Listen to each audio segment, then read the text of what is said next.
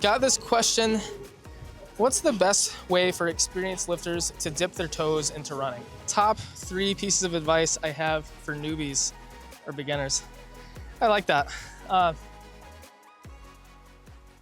Just finished a track session this morning, 2-mile warm up, 8 by 800 meters with 1 minute rest between, 2-mile cool down. Pretty solid session, around threshold effort. Took a little break to refuel, and now I'm on my way to the gym. Got a full body session lined up. Gonna use the field some Q&As from you guys. So gonna answer some questions you submit on Instagram and just kind of walk you guys through a normal day of training for me. So I have a pretty solid gym setup at my apartment where I do most of my training, but it's kind of quiet. There's not a lot of other people lifting there, and sometimes it's nice just to get out to a real gym, you know, one with loud music, people slamming weights, all that kind of stuff, just soak up the vibes. So usually train at home, but heading to Lift ATX in Austin right now just to capitalize on some of the energy in the space. Gonna do a harder session today, hit some machines, should be fun.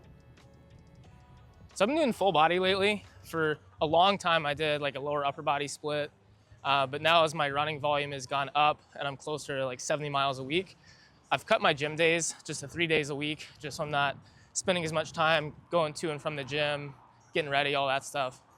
So sessions are a little bit longer, 3 full body days a week, but I'm still getting the same amount of total volume as I was before.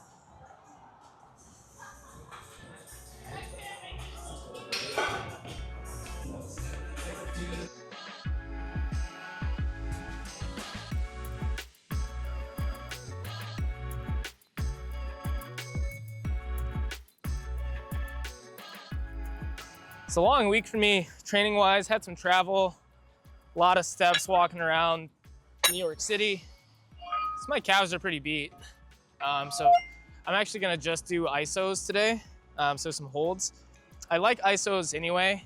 Usually through a normal training week, I have some full range of motion stuff, some iso stuff as far as calves go.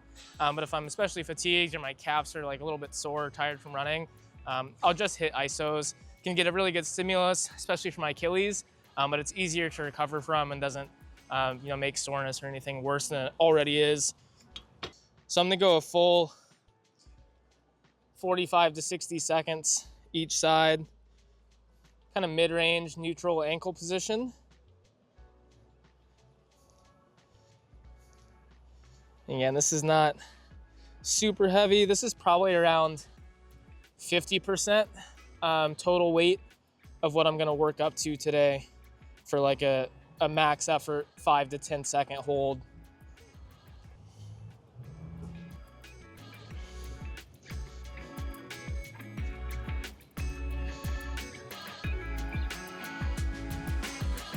All right. Shake it out, that was 1 minute, and a minute on the other side.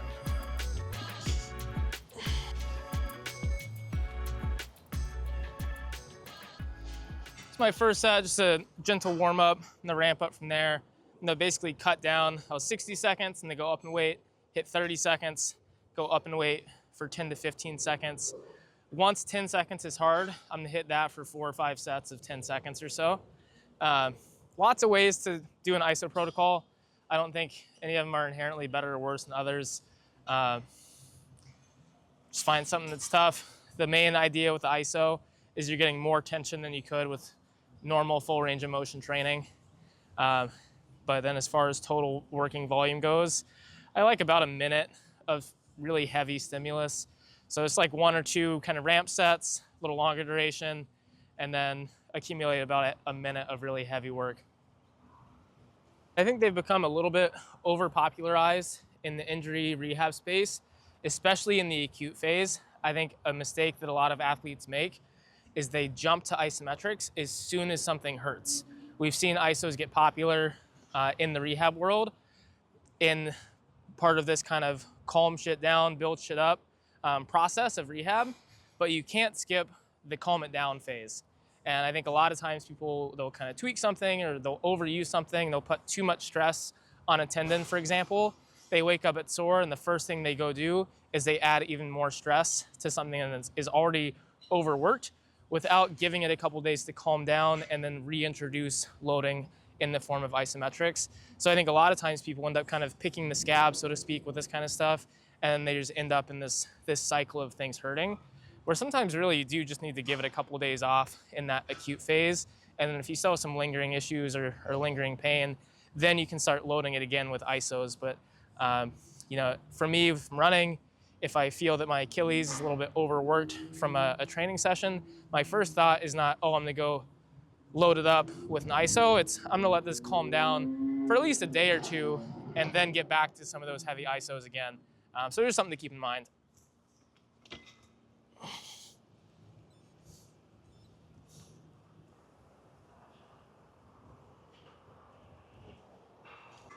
Once you do get up to something heavy, I'm at my 10-second holds now.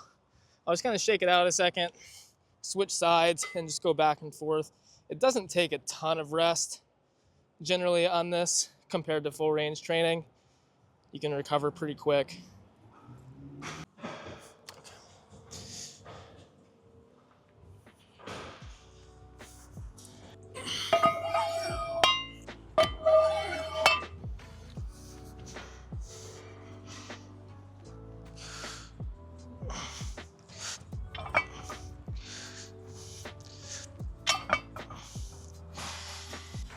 So I got this interesting question on Instagram. Does training a variety of muscle lengths really matter? If so, is it muscle tissue or neural adaptation? I thought this question was interesting because there's a lot of interesting physiology to unpack here with what actually causes strength gains. Is it something structural with the tissue, muscle, connective tissue, etc.? Is it just your neural drive in that position? And so we'll talk about a couple of those things. In terms of the neural drive element, people always say strength is gained in the range it's trained. And there's truth to that, but it depends a little bit on what sort of exercise, what sort of muscle contraction we're talking about. For example, comparing concentric muscle contraction versus eccentric or isometric work, concentric work is very kind of position specific. Neural drive is a much bigger factor with concentric lifting, so the lifting portion of the exercise, whereas with eccentric work, so that lowering phase, it's less neural and more dependent just on structure. So if you're training a heavy eccentric in a lengthened position, that's still gonna carry over really well to almost the entire full range of motion. Versus with concentric work, there's gonna be a little bit more specificity in terms of joint angles and that sort of thing. Now, as far as structure goes, there are some structural considerations to take into account. First is gonna be regional hypertrophy. So where does the muscle grow along its length? So if we're talking the quad muscle, for example, from comparing, say, deep squats versus partial range squats, could we see a difference in like distal, so further down the quad growth versus proximal, further up the quad growth? And we do have some interesting data on this, looking at training in different muscle lengths, and there does appear to be at least a little bit of regional hypertrophy. Is it enough to really meaningfully change your physique? You know, can you make your quads blow up down here versus up here from training at different muscle lengths? I don't think so, but I think there is enough of that going on that it is probably a meaningful contributor to some kind of position-specific strength gains. The other thing to consider with tissue is sarcomerogenesis, so adding muscle fibers kind of in a series. And when we train at lengthened positions with certain muscle groups, we do see that addition of sarcomeres in a series, and that gives you more potential overlap between actin and myosin, where you can actually produce more force at greater lengths because of actual structural changes. So training at long muscle lengths is going to make you stronger at long muscle lengths because of that potential sarcomerogenesis that we see with some exercises. The last thing to consider in terms of training at a variety of muscle lengths is sometimes when you attempt to train at a different muscle length, you actually end up training a different muscle and you may not realize it. A simple example of this is like a seated leg curl, for example. So if you visualize me doing a seated leg curl here, this would be the lengthened position for the hamstring. This would be the shortened position for the hamstring. But when you get into that lengthened position for the hamstring, what a lot of people don't realize is those first few degrees of knee flexion actually isn't really much hamstring at all. It's mostly your calf or your gastroc that initiates knee flexion that then gets the hamstring into a position where it can actually work. So training the hamstring through its full muscle length, as far as the hamstring goes, maybe not super important, but in terms of position-specific strength and developing strength in the calf in that position, it is important. So training a wide variety of muscle lengths, I think overall, it's probably better to hedge your bets and train a wide variety of positions, just because there's so many factors with like, you're actually training different muscle lengths as some of their moment arms change throughout the range of motion, potentially improving mobility gains. There's the neural drive component too. So overall, is it essential that you really run the full spectrum, fully short, mid-range, fully length position for every single muscle? No, and it's probably not realistic, but when you can, I think having some variation is certainly a good thing.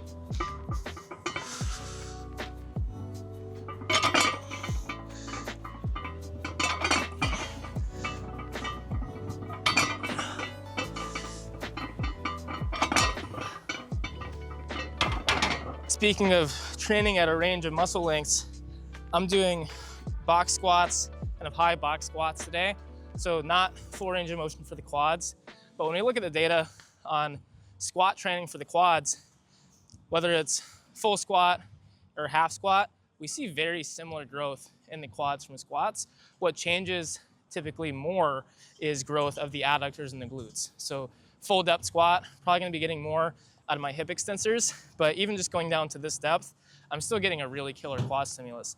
For me today, I've been nursing a minor knee injury that just doesn't really like that combination of deep flexion and compression, but I still want to get a good quad stimulus. So box squats, it is for me today. Not the end of the world. I think a lot of times people put full range of motion up on this pedestal, that it's always going to be better for every single thing. But there are cases where I think going too much range of motion can be detrimental in terms of either offloading the tissue that you really want to be focusing on, or flaring up some sort of potential injury, like in my case, a meniscus that just needs a little bit of a break from it. My quads are going to be fine. Take a couple weeks of this and then get back at it.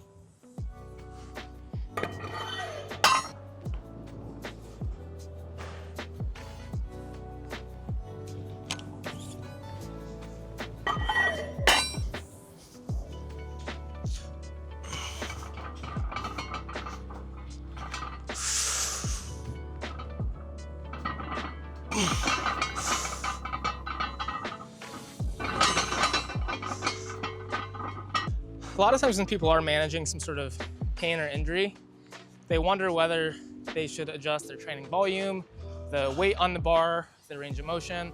There's so many variables that you could adjust. It's kind of like, well, which levers should I pull, when I'm injured?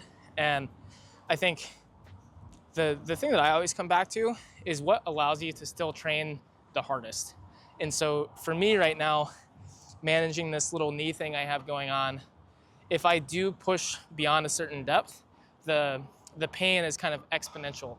And so if I really prioritized still being able to train through a full range of motion, the weight I could use, the volume I could tolerate would just absolutely plummet. Where if I stay out of those provocative ranges, I can still get in a lot of volume, a lot of weight, and it feels totally fine. That's kind of unique, I think, to the meniscus, a little bit more aggravated by certain joint positions. Whereas if it was more of a tendinopathy of some kind, tendons are a little bit dumber overall. They don't really care as much about joint angles. It's more just pure load and volume. And so with a tendon, generally, I would say just cut the volume and see how you respond to something like that. I don't think there's a right or wrong answer. It can depend a little bit on exactly what you're going through. But again, that thing I always come back to is just what allows you to still train the hardest without pissing things off.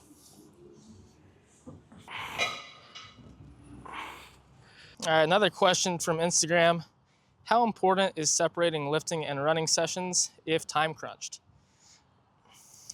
I like that question because I think the broader question is really just about optimal scheduling as a hybrid athlete placement of different workouts around each other, stacking sessions, separating sessions, doing things in the so-called optimal order versus just fitting things in when you can. And I think it's important to note that the more you train, the more total volume you're putting in, the less possible it becomes to do everything perfectly. If you're only, say, lifting twice a week and doing cardio twice a week, you can easily separate those sessions out so that they aren't really interfering with each other very much. But as you add progressively more onto your plate and you're lifting 3-4 times a week, or maybe doing some sort of high frequency daily lifting program on top of daily cardio, it becomes almost impossible to have every session done when it's supposed to be done. At least half of your workouts are going to be suboptimal, or there's going to be something about them that's not quite right. You're going to be a little bit tired, and that's okay. Like, good enough is good enough, but done is better than optimal and not done.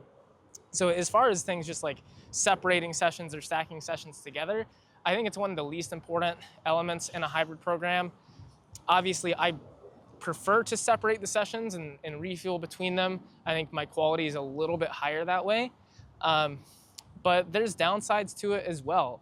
If you consolidate sessions, you don't have the transition time, the warm-up time that you have when you do 2 separate sessions. It's often more time efficient. And especially if you're lifting first and then immediately going into cardio, that fatigue that you have, I think actually amplifies some of the potential gains, aerobic gains that are dependent on reaching a low energy state.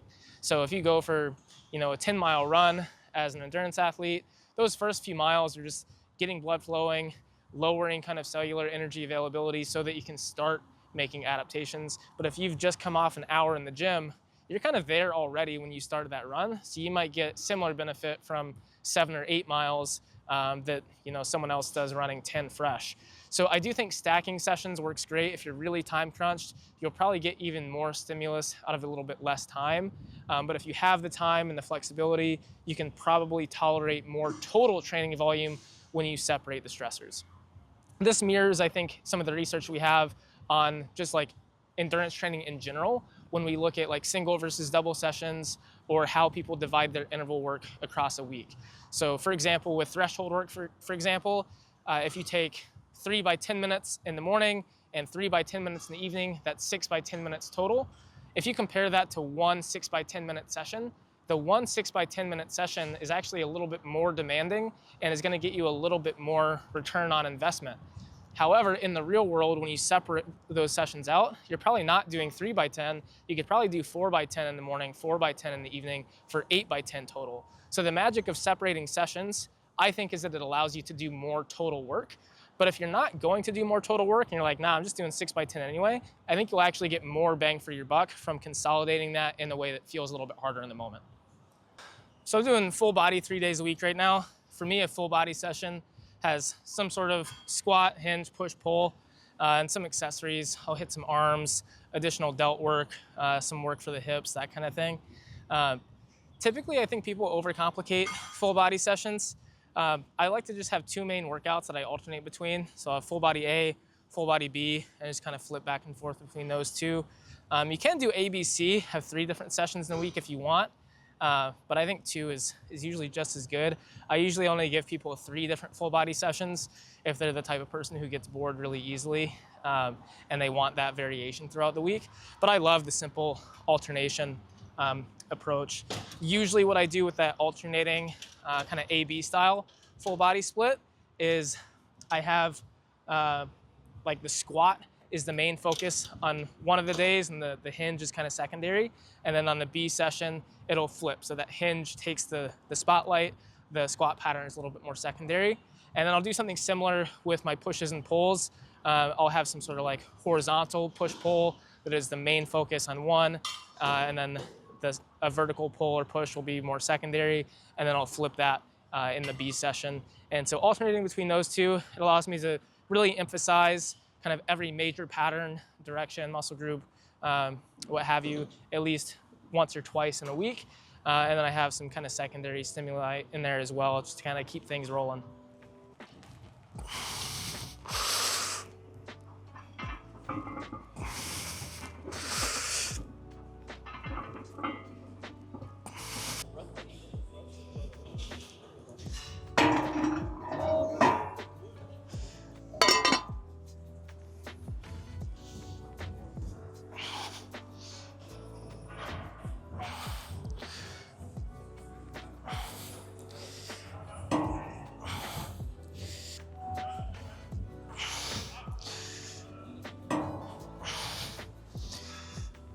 I'm a big fan of single leg deadlift work. I do a lot of single leg RDLs in the Smith machine on a landmine setup.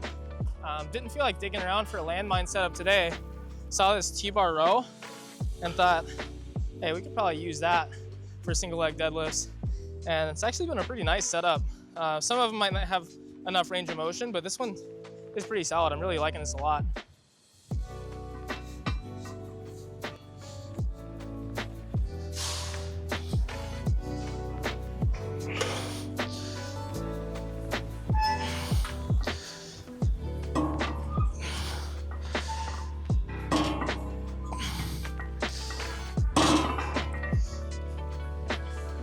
This one is a little bit more stable than classic landmine because with the barbell you can move it forward and back, but this one is really a fixed path, not only on the arc, but this one doesn't swivel front to back either.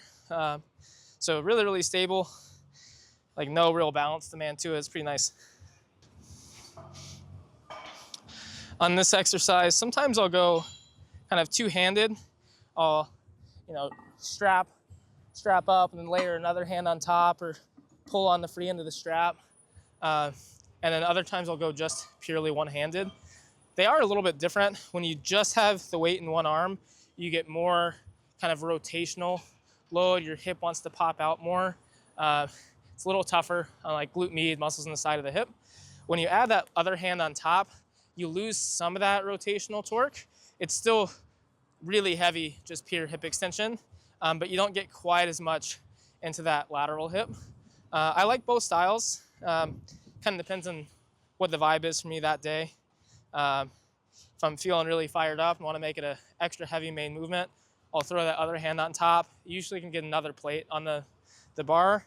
If it's like a secondary lift for me, or I'm feeling a little bit tired, I'll go a little bit lighter and just emphasize a little bit more of that kind of lateral movement.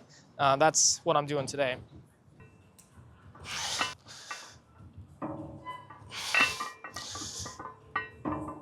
I'm gonna throw this one on.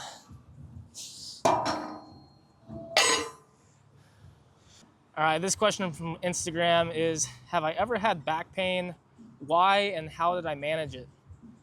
I think there's a common misconception that young people, high-level athletes, people that you don't see talking about being in pain, there's this misconception that those people feel great all the time and they don't have some of the same aches, pains, and injuries that most people deal with. Lower back pain is one of the most common things that affects most people. I think the statistic is something like 80 to 90% of people will experience low back pain at some point in their life. And it really doesn't discriminate. To me, it's kind of a choice of, do you want to have low back pain from being out of shape and not training and being inactive, or do you want to have low back pain from pushing really hard, pursuing your goals, and doing things that challenge your body? And I'd rather choose the latter. I'd rather have some aches and pains from developing strength and resilience and then knowing that I have the capacity to get through those episodes than have aches and pains from inactivity, and then when they do come up, they're really debilitating.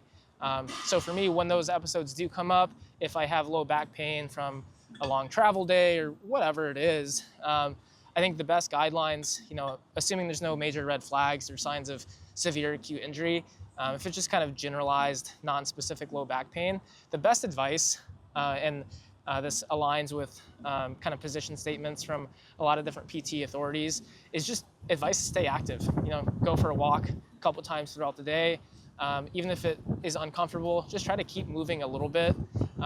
Try to keep a positive attitude and don't dwell on it, as hard as that may seem at the time. And avoid the temptation to try to throw a lot of quick fixes at it. This kind of goes back to the conversation we were having earlier about people throwing isometrics at things as soon as they start to hurt. Sometimes things are in the just calm it down stage, where just general low-level activity, just go for walks. Don't try to roll it out and stretch it out and do this core exercise and that core exercise. Don't throw a bunch of stuff at it. Just keep moving gently and just give it some time.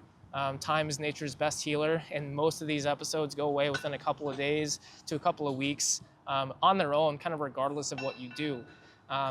So I think a lot of times people will look up certain exercises to do. They'll do bird dogs or dead bugs or a core exercise or a pure forma stretch. And lo and behold, 3 days later, they feel great and they think it's because they did that thing. But oftentimes it had to run its course, and those things were just distractions that kind of keep you busy and keep your mind occupied while nature did its job. So main advice for just general low back stuff that you might be having is just try to still enjoy your life, have some fun, get out and walk. Don't catastrophize things. If it's uncomfortable or it gets achy from sitting, just know you're probably not doing any serious damage. Just one of those things that has to run its course.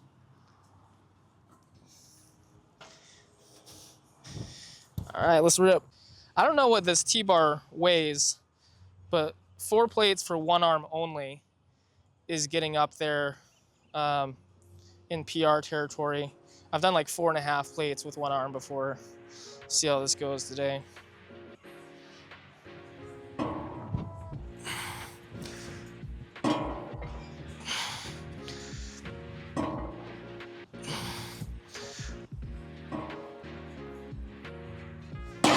Oh, fuck. It's heavy. Speaking of little aches and pains, historically, I've been pretty balanced in terms of right to left strength on single leg exercises like this, but maybe six months or so ago, I had a little tweak in my hip on this exercise, and it's felt a little bit weaker since. It's getting better. I'll still have some sensations in that glute med, piriformis area. Still feels a little weaker, a little bit less stable, but it's getting there. I'd say it's like 95% better. So on this exercise, I still get a little bit nervous getting back to that left side. Pull it on my right, I'm like, oh man, can I actually do that on the left side? And I know I can, the strength is there. Sometimes I think it's just a little inhibition from that little tweak a while back.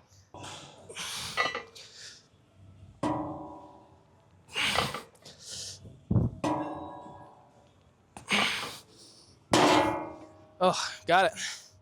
Whew.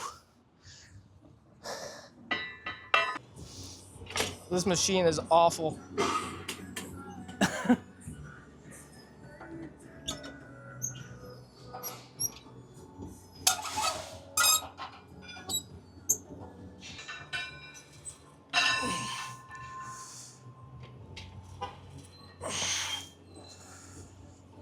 Got this question: what's the best way for experienced lifters to dip their toes into running? It's a good question because I see a lot of people who are more experienced in the gym as people who tend to overdo it with running because they have kind of the baseline fitness, comfort with being uncomfortable, kind of able to go to the pain cave, so to speak. They have that ability that people who are just generally unfit don't have. So when people are just generally unfit, deconditioned, and they start running, they get tired sooner. They mentally want to quit sooner. And I think those guardrails often keep them from overdoing it quite as much as they build fitness. Where people who are very experienced in the gym, they might completely lack some of the necessary structural adaptations in their tendons and ligaments and so on and so forth to be able to tolerate high volume running.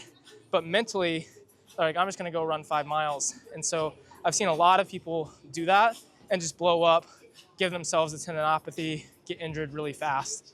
So my main advice for someone who's very experienced in the gym but new to running is take a slow, steady, methodical approach and don't do something just because you can.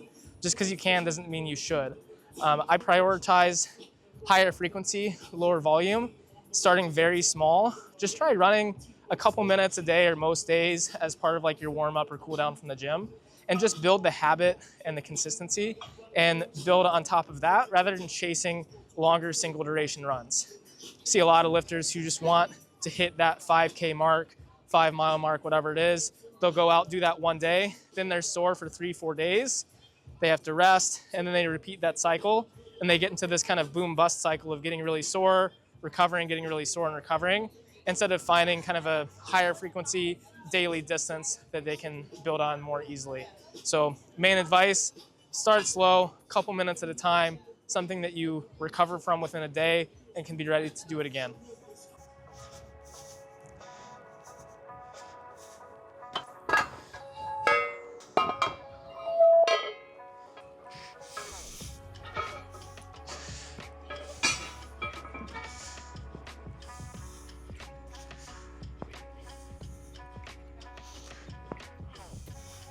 It's funny, a lot of times with exercise selection, people are talking about like what's the optimal line of pull and comparing like bilateral and unilateral exercises. They'll talk about like bilateral force deficit and managing fatigue. And it's like a lot of times, dude, it's just like what is even possible or practical. Like with this lat pull down weight, trying to do bilateral, like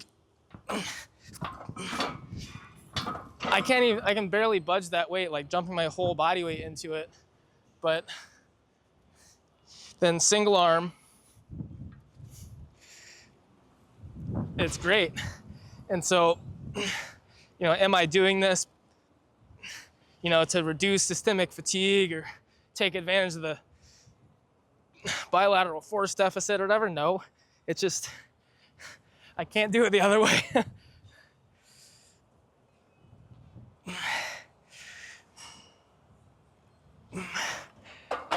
So I think there's a lot of stuff in the gym like that where just practicality, simplicity, ease of setup overrides a lot of stuff that makes stuff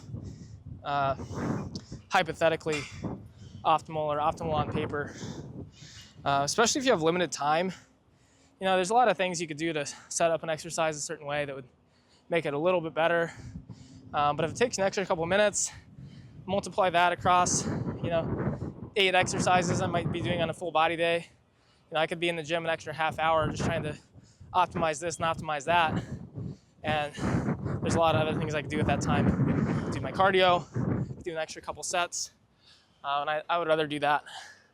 Someone asked, top 3 pieces of advice I have for newbies or beginners. I like that.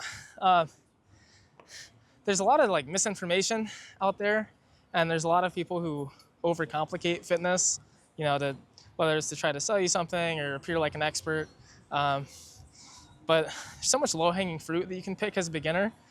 It's not that you don't have to know what you're doing, but you don't need to know anything super complex. So as far as beginners go, I think the most important thing, and it's a cliche, but I'm going to explore it a little bit more, is consistency. Because I think a lot of people underestimate how much training they can handle because they're bouncing all over the place and they have a lot of novelty soreness. They have a lot of aches and pains that arise from just mixing it up too much. But like when we look at some of the training studies out there on beginners, some of the protocols that researchers will have beginners do in the lab is just insane. Like the amount of training volume, max effort, eccentric training that gets people super sore, weighted downhill running. Like researchers will have people do just absolutely wild things. But the thing about those programs is they're very controlled, very consistent. They'll do the same thing for like 12 straight weeks without hardly a bit of variety. And by the end of it, people get really fit. Like we often see really good fitness gains in some of these studies that I think a lot of people just getting started in the gym don't see for themselves because they're always looking for that next new shiny object. They want to try this workout program, try that workout program. Or like you could take some of these, honestly, like objectively bad programs that they use in some fitness studies, but just run it for like 6 straight months. And you're probably going to get much better results doing that than constantly trying to look for that next new thing. So that would be my first piece of advice. So the most important thing for a beginner is consistency. I'd say the second piece, and this sounds like it might conflict with that, is fun. And so I think a lot of people, when they try to have fun in the gym, they end up doing it at the expense of consistency by changing things up too much, doing something new all the time, and then they don't manage their training load, their volume and intensity very well. But you can still have fun and be consistent by just picking an exercise program that's fun to you. If you want to do 21s, you know, the classic bicep curl, where you do 7 at the bottom, 7 at the top, 7 full range. If those sorts of challenges are fun to you, do them. Like, there's nothing that's that much worse about that sort of challenge than just doing the classic 3x10.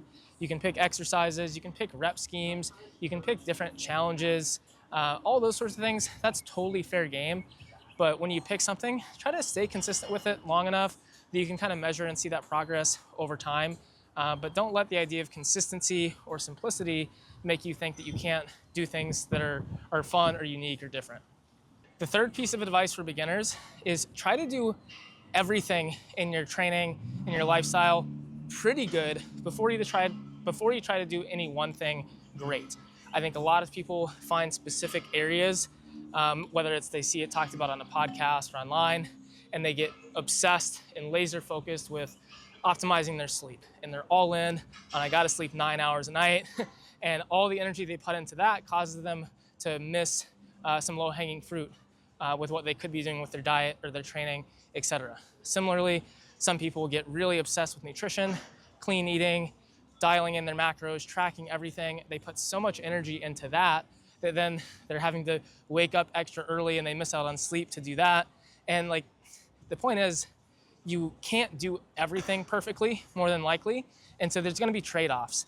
And if we try to do the basics at everything before we start trying to optimize and nitpick, you're gonna get a lot better results than if you spend all of your energy taking one part of your life to the top while ignoring fundamentals in another. So as far as that goes practically, I would say in the gym, are you hitting each major muscle group for 6 to 10 working sets per week? Make sure you do that first and then move on to, are you hitting basic protein guidelines and basic fiber guidelines? If you're getting enough protein, fiber, and total calories for your goals, that's great. That's kind of tier 1 as far as nutrition goes. And then sleep, I would say at least get that 6 hours before you worry about taking everything up a tier.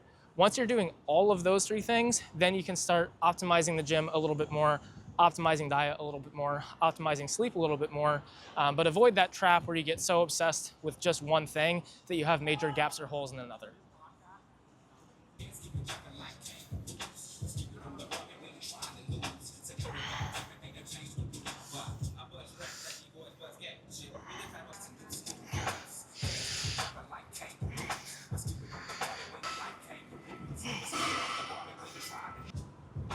Every once in a while, if I'm tired or short on time, I'll like trim down some of my session volume or skip an exercise here and there. But I can never bring myself to skip bicep curls. It's like gonna get them every time, no matter what.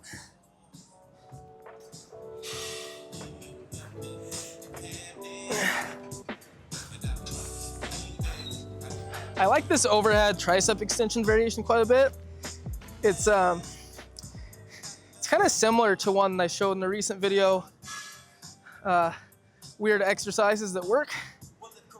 In that video, I had my tricep braced against a wall. But this setup has a similar effect. Nice stretch, and that long head of the tricep there. Yeah. One of my favorite overhead variations.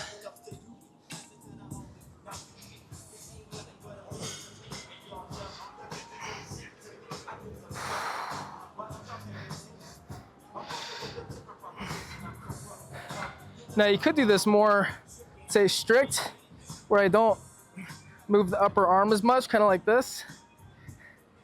Or you can kind of reach that upper arm across,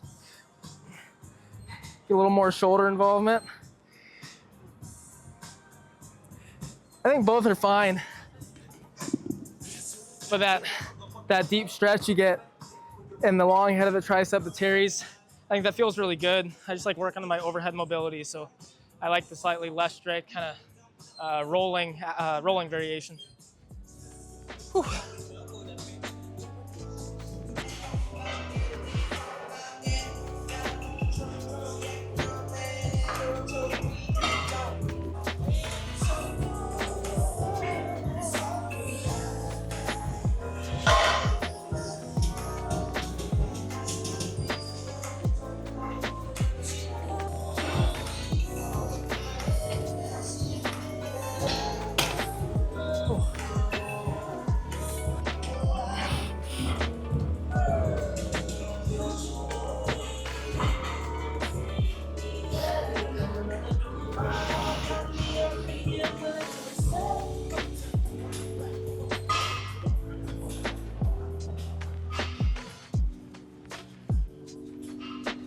It's getting hot now.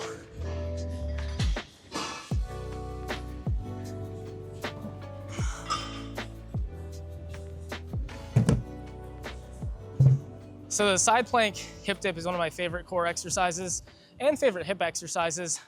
I've never done like a full demo or talked about it much, so I'm gonna dive into some tips and tricks for it, things I like about it, some of the nuance. So overall exercise, you just want 2 boxes or benches, something like that. Spacing is important. If it's a little too close or too far, it's gonna be awkward. But I generally want basically just the outside edge of my foot on the bench of the box. You don't want too much of your leg, or then your ankle is gonna dig into it as you dip, and it's not gonna feel good. So just outside edge of the foot, and then put my forearm on that other side, get positioned like so. If you feel unstable, there's nothing wrong with planting that hand here as well. But if you feel good, I'll go like hands on the hips. Now this is an interesting move because it's kind of a combination exercise. You get lateral flexion of the trunk, so you get a lot of rib cage movement, but it's also a hip abduction exercise. So your leg is kind of doing this motion here as well. And I'd say the primary mover or the primary contributor to the overall movement changes throughout the overall range of motion. So if I show you just kind of what the hips are doing, if I try to keep my core pretty rigid and just go into kind of end range hip adduction there, so full range of motion to the hip, notice I haven't really gone very far down. I'm getting the full stretch of my hip right there without a ton of range. And then anything beyond that, as I go lower and lower and lower, is really all coming from my rib cage. So this kind of bottom half of the exercise is a lot of side bending, a lot of rib cage movement. And then the top half of the exercise is a lot of hip movement there. And what you'll generally find is you're gonna be a lot stronger in the bottom half, where you're able to use your core and your rib cage. Your hip abductors, glute med, not quite as strong at the top. So what I generally find with this exercise is you have to make a bit of a choice. Do you want to load it up and go really heavy, but probably not be able to get a lot of range of motion out of the hip in terms of the top end? Or do you want to go a little bit lighter and be able to work that hip through its full range? If you choose to go heavier, you're basically holding an end range hip abduction isometric while doing a core exercise, versus if you do a little bit lighter full range, you're working hips and core through a full range of motion, but maybe not getting quite as much out of your obliques as you could. Is there a right or wrong way? No. What I typically do, kind of best of both worlds, is the first set, I go light. I focus on getting all the way up, kind of getting that squeeze at the top where my hip is working a little bit harder. And then from there, I throw some weight on and I go as heavy as I can with decent range. But if I'm missing out on a little bit of that like top third, I'm not too bothered by it. So I think one set of each is a great compromise. I just wanted you guys to understand when and why you might prioritize full range of motion versus stopping a little bit shy. Let's load it up. I feel like it's gonna get in the way.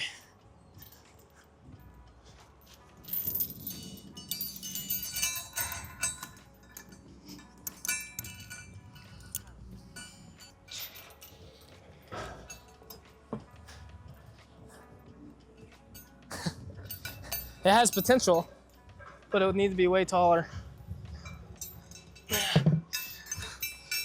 I got a different idea, but we're just gonna have to go inside to add the weight.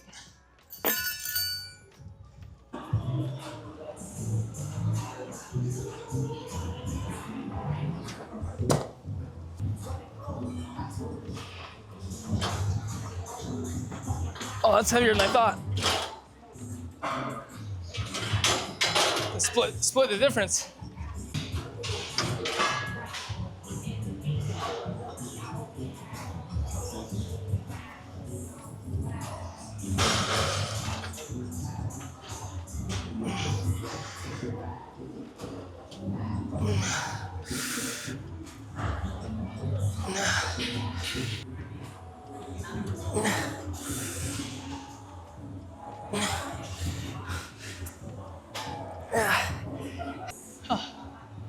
All right. Feel good about it. Solid workout today. Very routine training session. Nothing super sexy. No PRs. But some good quality work that I can feel good about, especially coming off the 800-meter repeat track session this morning. Starting to get hot here in Austin this time of year. I'm not super used to it. Just moved from Minnesota back in January. So I'm still kind of getting heat acclimatized, feeling a little run down from it at the moment. But overall, it's a good session, good day of training. If you want to see more workouts like this or follow along with some of the stuff that I do, check out the workout programs in the description below. Got a 1-week free trial of it. Hope you guys enjoyed the Q&As, insight into my training, and stay tuned for more videos like this.